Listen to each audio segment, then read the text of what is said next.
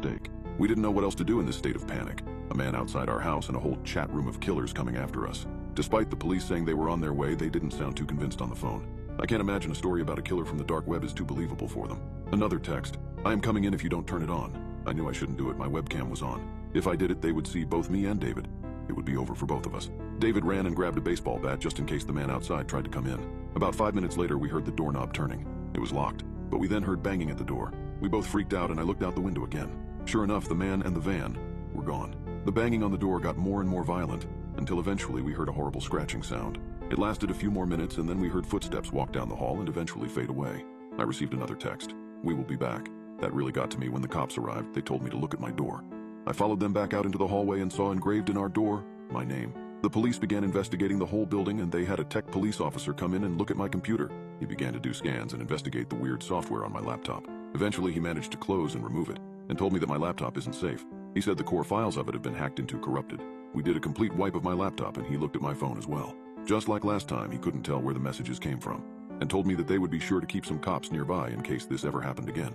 I could barely sleep that night. I still went into school the next day with David with me all the time. Both of us were petrified. The police had told us they were looking into the situation and ensuring our safety around the clock. But what could they really do if someone just came up behind us out of nowhere? I somehow survived the whole day of school. David had to stay at school for slightly longer to finish a project, so I went home and collapsed on my bed, exhausted from lack of sleep. That was when I heard it. I heard screams coming from my laptop. I ran over to my desk and lifted up my screen.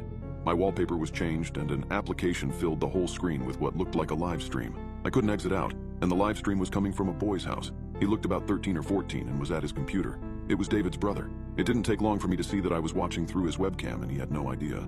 I saw a small chat box pop up in the top right of the screen and in it someone typed in the box, "Welcome to our live stream. We are glad everyone could be here. Thank you, John, for being here as well." My eyes got very wide. My name was John, and they were waiting until I was watching to start the live stream.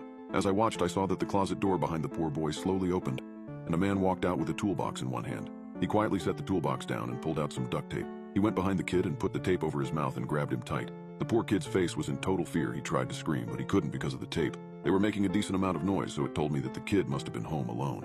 I tried hard to exit, but I couldn't. I saw the man take out a screwdriver and drive it into the kid's chest.